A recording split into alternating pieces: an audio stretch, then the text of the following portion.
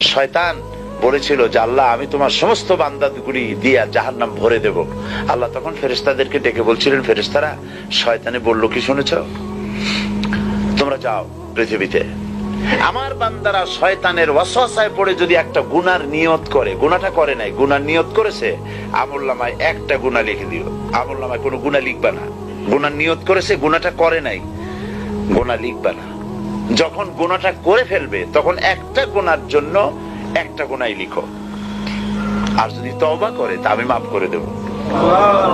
আর যদি আমার বান্দা একটা নেকের নিয়ত করে, একটা নেক কাজের নিয়ত যদি করে, তাহলে কাজটা করে নাই, নেক কাজের নিয়ত করেছে, হজে যাবে নিয়ত করেছে, যায় নাই, যেতে পারে নাই, এখনো দান করবে এখনো করে নাই, নিয়ত করেছে, আমলনামায় একটা নেকি লিখে দিবা। আর যখন নেকের কাজটা করা হবে তখন 10টা গ্রেস মার্ক লাগাই দিবা, 10 গুণ বাড়ায় দিবা। আর আল্লাহ পাক বলেছেন আমি যে আমলে খুশি হব, নিচে হলো 10, উপরে 700 পর্যন্ত বাড়ায় দেব। সুবহানাল্লাহ। এই হচ্ছে আমার আল্লাহ পাক।